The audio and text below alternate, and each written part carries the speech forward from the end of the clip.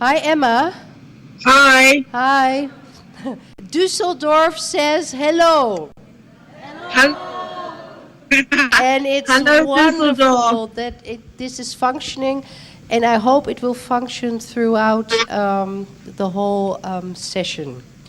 My dear ladies, I'll give the microphones to you. Thank you so much. Danke euch für die Einladung und die Einführung. Danke, Emma, dass du über Skype dabei sein kannst, aus technischen Gründen. Und weil wir dann bei Emmas Talk parallel ihre PowerPoint zeigen, haben wir uns entschlossen, sie nicht über Video, sondern wirklich über Geister, Ohr und Stimme bei uns sein zu lassen.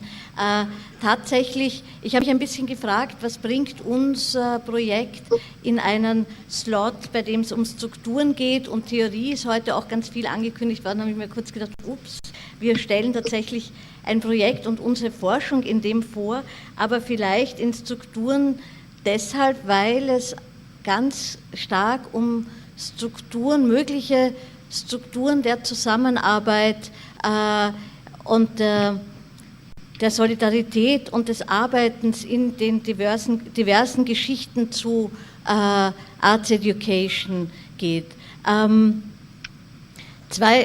2006 kam von der UNESCO die Roadmap für Arts Education heraus und eine kritische Lesart unterschiedlicher Kunstvermittlerinnen und Künstlerinnen weltweit, dann auch zusammengebracht über das Institute for Arts Education in Zürich 2011, hat zur Gründung des, wie man auf der Homepage hier jetzt auch sehen kann, des Another Roadmap for Arts Education, jetzt genannt Another Roadmap School, geführt. Die Another Roadmap School besteht aus unterschiedlichen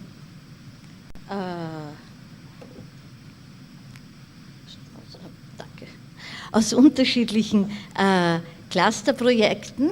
Also das heißt, und ich mache das hier mal auf, dann kann man das auch sehen, ganz viele Arbeitsgruppen, die sich mit dem Ziel, eine postkoloniale Dekonstruktion der Vorstellung von Arts Education und Kunst und Bildung zu verstehen und in Szene zu setzen, haben sich unter diesem Netzwerk Another Roadmap for Arts Education zusammengefunden, und einige davon bilden Clusterprojekte, und Intertwining Histories of Arts Education hier ist eines dieser Clusterprojekte. Und wenn ich darüber jetzt ein bisschen spreche, dann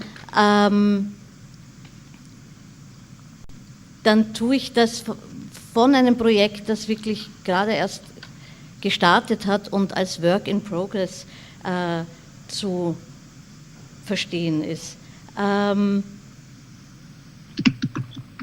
Intertwining Histories of Arts Education untersucht, wie sich Geschichten von Arts Education in unterschiedlichen geopolitischen Regionen miteinander verknüpfen und zueinander in oft konfliktreichen Beziehungen stehen. Und wir gehen dabei von unseren lokalen Geschichten aus. Das heißt, dass wir auch eine bestimmte Kritik der Vorstellung des Globalen, als eine Vorstellung der Totalität, die außerhalb einer konkreten lokalen Forschungsperspektive stehen könnte, mitkritisieren. Aber gleichzeitig kann das Lokale, wie wir gestern auch mit Nora Sternfeld diskutiert haben, wenn es nicht provinziell werden soll, nicht lokal bleiben. Das heißt, wir versuchen, deshalb auch Intertwining Histories, unsere eigenen einzelnen Geschichten zueinander in Verbindung zu bringen und auch darüber nachzudenken, wie sich unterschiedliche Geschichten von Arts Education von einem Kontext in den anderen oft via kolonialer Gewaltpraxen, aber auch Aneignungs- und Umdefinitionspraxen verschoben haben. Gruppen aus dem Another Roadmap for Arts Education Netzwerk, die in dem Intertwining History Projekt aktiv sind, sind jene aus Maseru, Johannesburg, Hongkong, Lubumbashi, Nyanza, Wien, Kampala, Geneva und Zürich. Was heißt Intertwining? Zum Beispiel, ich nenne jetzt nur Beispiele, die auch gestern schon ein bisschen so vorgekommen sind bei anderen Beiträgen, die Spuren des brasilianischen Educators Paulo Freire nach Europa zu verfolgen und zu fragen, das ist das, was das Genfer Forschungsprojekt tut, wie das sein kann, dass er 10 Jahre in Genf gelebt und hier wichtige Texte geschrieben hat und es keine Spuren von ihm dort gibt. Oder sich, wie die Hongkong-Arbeitsgruppe, die Frage zu stellen, warum Chinas Art Education Theory im 19. Jahrhundert so begeistert von deutschen Konzepten der Kunstbildung war, dass sie diese und nicht die eigene Tradition herangezogen haben.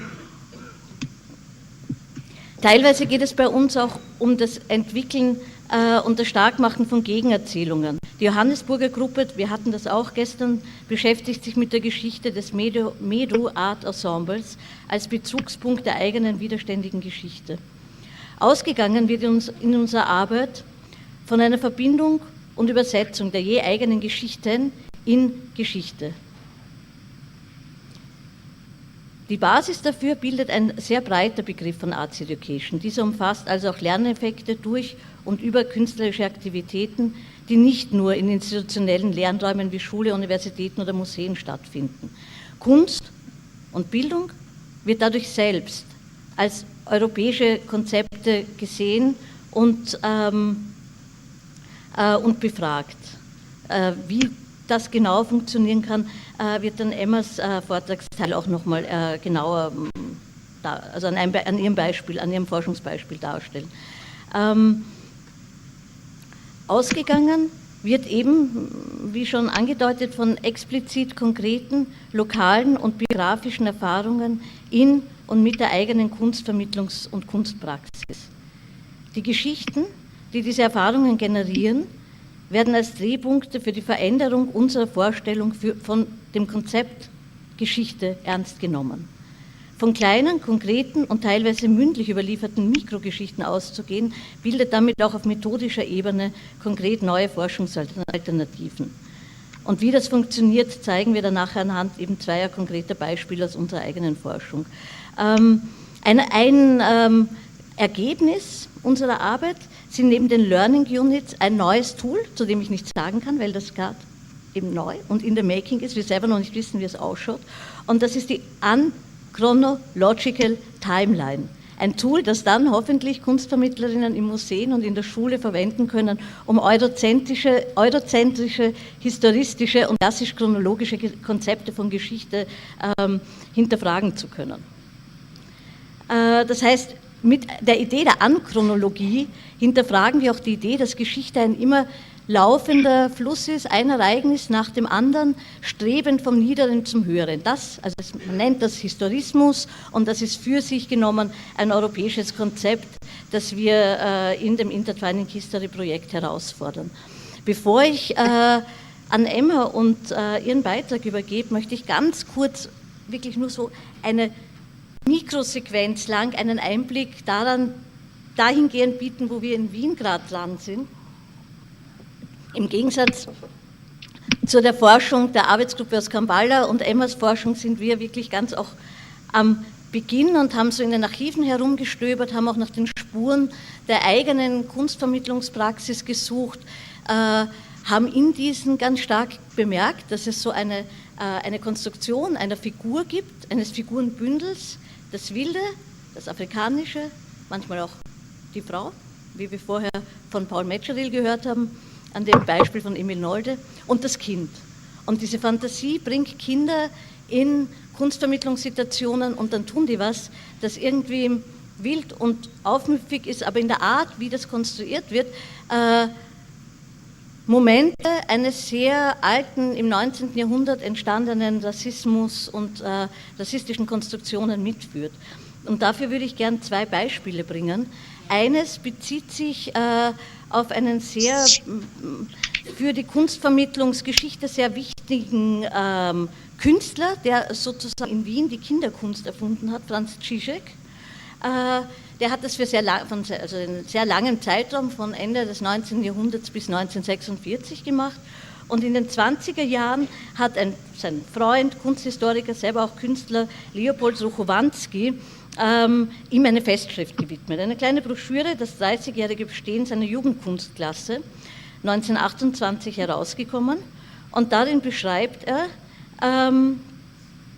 wie die Stimmung 1896 war, als Zizek so diese ersten Kinderkunstexperimente gemacht hat. Und Suchowanski schreibt, neben der Technik, die zu neuen Kreativitäten geführt hat, war es ganz wichtig, dass, ich zitiere, Ausschau gehalten wurde nach allen Seiten. Man suchte Bekräftigung und Kräftigung. Japan und China übten ihre Suggestionen.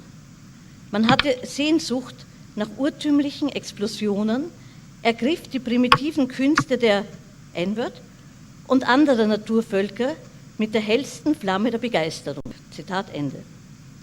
Und in dieser Situation hat eben laut Suchowanski Zizek dann die Kunst der Kinder, die er in seinen Kinderkunstateliers malen hat lassen, den Wiener Modernen vorgestellt, die die begeistert in der Sezession aufgegriffen haben. 1981 gründet eine Grundschuldirektorin, Elisabeth Saffer, die kennt man heute nicht mehr in der Kunstvermittlungsszene, obwohl sie die ersten Malaktionen dann im Museum der modernen Kunst durchgeführt hat, ein paar Jahre später, eine Kindergalerie, die gibt es heute noch, Lalibela, als Ort der Kinderkreativität, in eindeutigen Bezugnahme zu Zizek. Über den Galerienamen sagt sie in ihrer Publikation, viele Leute meinen, Zitat, das Wort sei einfach für Kinder passend und gut erfunden. Dem ist aber nicht so. In Äthiopien gibt es einen Ort, Lalibela. Ein äthiopischer König mit dem Namen Lalibela gründete diesen Ort und ließ in dieser Gegend wunderschöne Monolithkirchen bauen. Name verpflichtet. Unsere Galeriearbeit ist auf kreative Welterfahrung ausgerichtet. Es gibt also in der Geschichte der Wiener Kunstvermittlung Kontinuitäten rassistischer Figurkonstruktionen und Fantasien, denen wir auf der Spur sind und wo wir dann schauen, wie sich das mit anderen Geschichten verknüpfen, zum Beispiel mit jenen, die uns Emma jetzt erzählen wird. Gut, let's try. Yalla, start. Okay, so you can see where it says Margaret Trowell's School of Art, Colonial Art Education in British East Africa, 1925 to 1958. Yes. Okay, so I start reading. Okay. Karin, can you go to the next slide? Okay. These are the three photos from the... Yeah. Okay. I am currently researching the career and pedagogical theories of Margaret Trowell, a white British woman who founded the first professional art school in Anglophone East Africa in the Uganda Protectorate in the 1930s.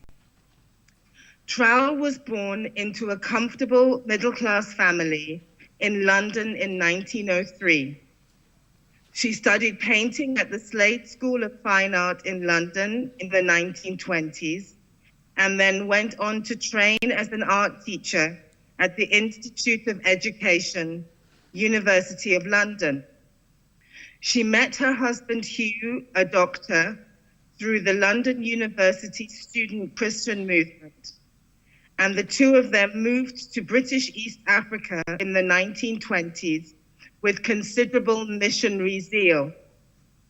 Their aims, she later wrote, were to teach Africans, I quote, how to live better and bring them closer to a Christian God.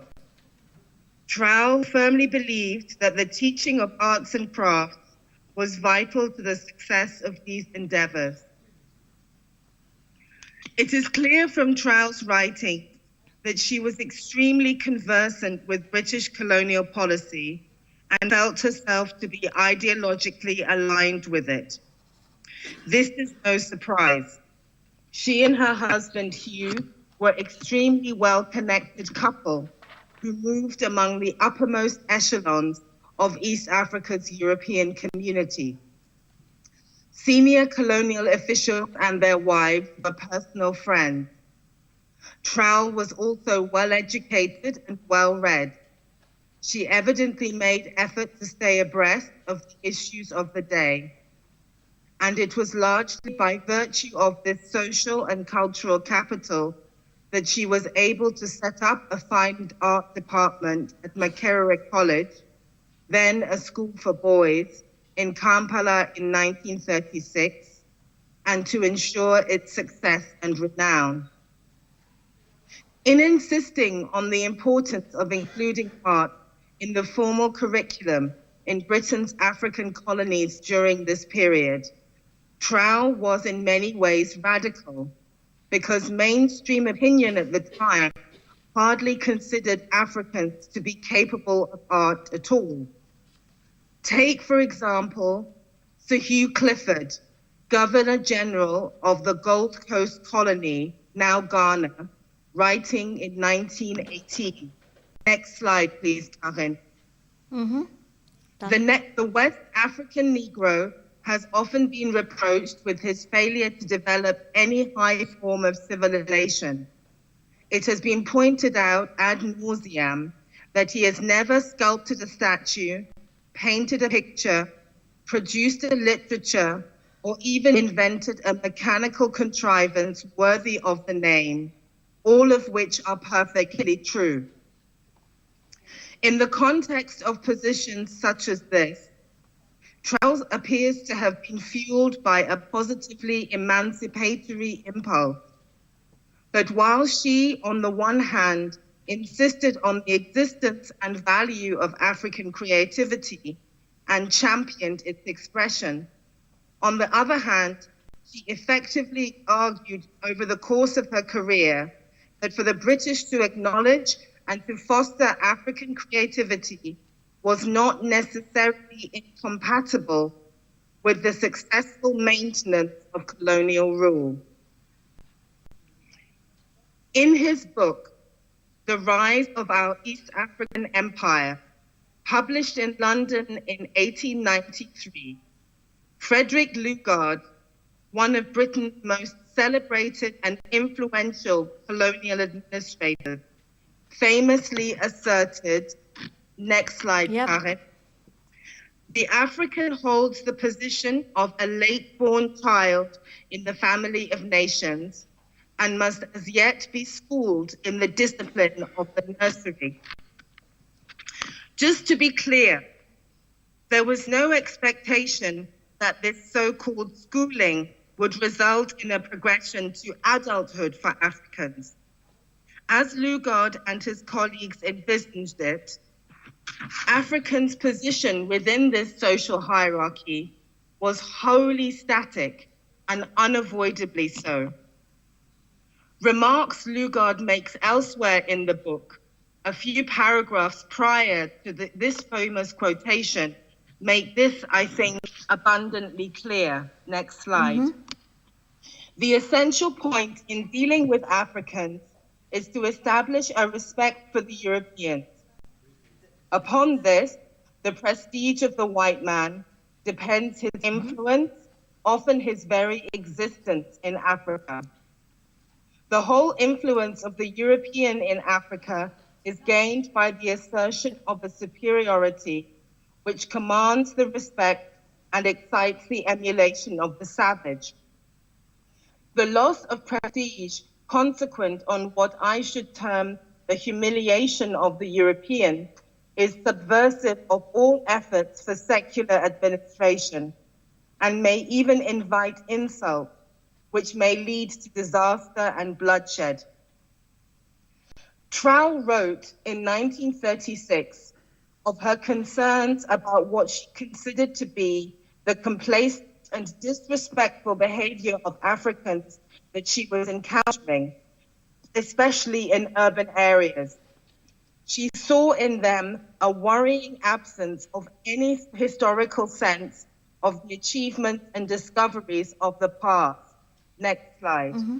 Yep. She complained that the more sophisticated native, who has had some education, has drifted into the towns and has begun to use the material comfort provided by the white man, not only a near total lack of agency, if you recognize the passivity of the subject of that sentence, but also an extraordinary lack of imagination or wonder, an acceptance of the achievement of the white man as something obtained without struggle or perseverance by the superior race. An aeroplane is just the white man's bird, which he has in all probability always possessed.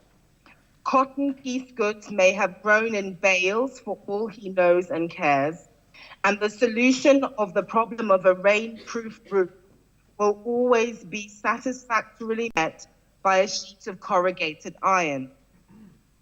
But here, Trowell argued, education in the arts potentially had a valuable role to play. Teaching good craftsmanship would, as she saw it, meet, I quote, obvious and psychological need. Firstly, it would teach the colonized to appreciate the value of labor within the capitalist colonial economy. Secondly, the effort of learning to make things themselves would help instill in Africans the idea that the white man's social, economic, and political abilities were born of merit. In other words, education in the arts could help teach British colonial subjects to know their place.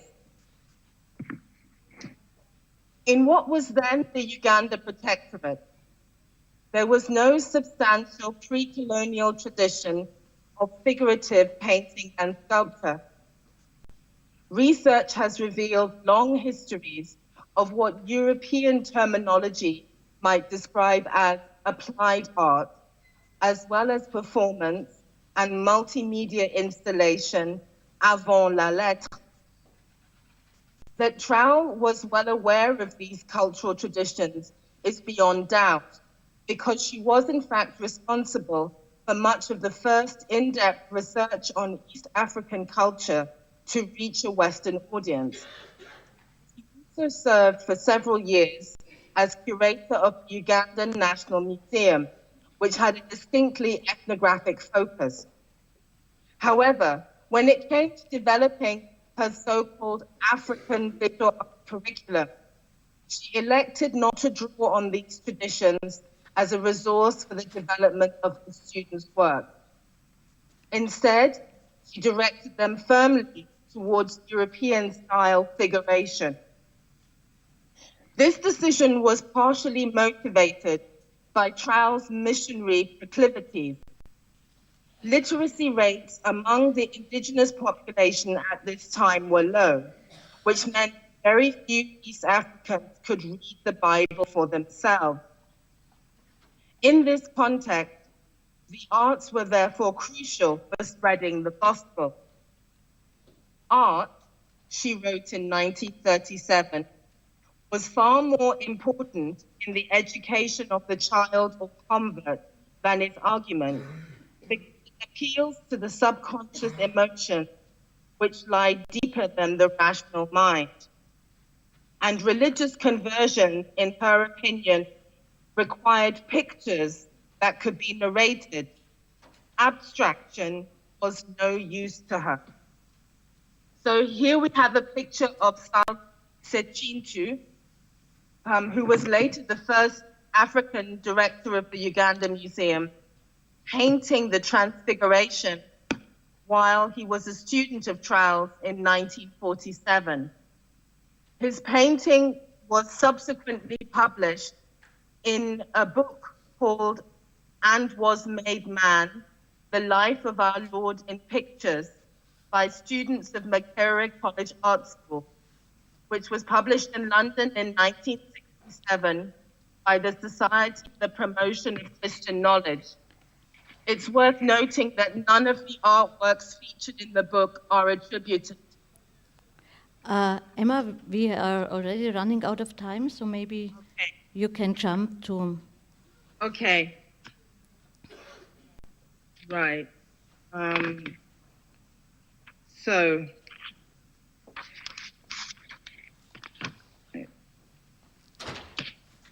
I'm trying to decide where to jump quickly. Okay. Okay, so let's go to page 5, to slide number 8. The problem is that Trowell had an extremely fixed idea about what her students' work ought to look like, and it was one that she made great efforts to reinforce. In her opinion, the aesthetic of her African students' art had to be compatible with their supposedly infant status in the family of man.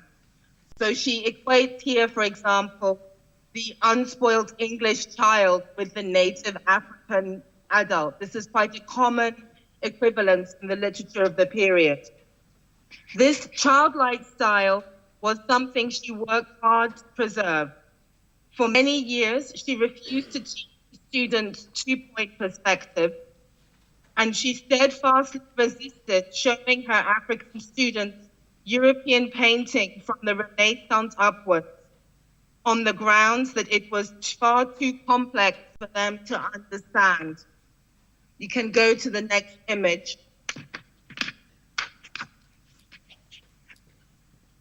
Even though the most significant European art of the 20s and 30s was being inspired and influenced by the very sculptures and arts from West Africa that Trau wished her students would embrace as their great inheritance, she would not show it to them, claiming that it would overburden with European conventions and accretions. But as Olu Ugribe has pointed out, when during this period, European teachers of art in colonial Africa claimed to be protecting their students from harmful Western influence by restricting their access to Western culture, they were also producing and policing corridors of slippage that were deliberately designed to ensure that the colonized enjoyed no more than partial access to the possibility of transition and transformation. Slide number 10. For as long as the colonized was precluded from acquiring the mastery of European ways, for as long as a passage of difference was maintained and the colonized remained confined to a state of aspirate inferiority, colonial dependence could be guaranteed. To undermine this dependence was to endanger the project of empire and risk the loss of the colonies. And we can see how, when dealing with her students, Trau sought to inhibit any successful native performance of European cultural practice. In her teaching and writing, she repeatedly cast the ability to appropriate and master the language and idioms of European visual expression in the most negative of terms. Emma, Moving on to the end. we have to close, yeah. Okay. Then I will just say, go to page 7. This is slide number 11, Uganda Herald, and I will close here. And should one of Trau's students deign to exhibit any work in the European style, it should not appear to have been well received. In a review of the Makerere Students' Exhibition in 1946, the reviewer confesses a feeling of disappointment in the work of a student named Farhat, who was apparently studying art education at the time. His work displays nothing African at all, pure Slade school style, completely conventional. And it's worth noting here how restraint and conformity, two of the qualities that the British repeatedly claimed the colonized needed to acquire if they wished to enjoy a greater share in the administration of their own affairs, are here cast as wholly unbecoming. So, and just so we can end with the quote from Tiffin, I think it's number 13. But I think it's clear here that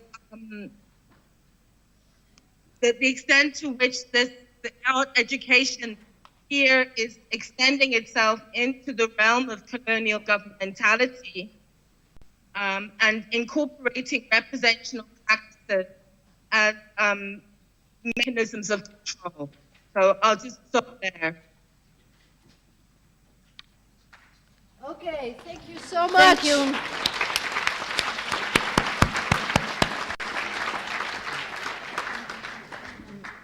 Thank you so much, Emma, for joining us and giving us an in-depth overview of your research. And I hope we will talk about the networking character and its beneficials of such a program later in the discussion. Okay, thank you so much. We will close down now, but Düsseldorf greets you. Thank you so much. Thank you very much. Thank okay, you. bye-bye. Bye-bye.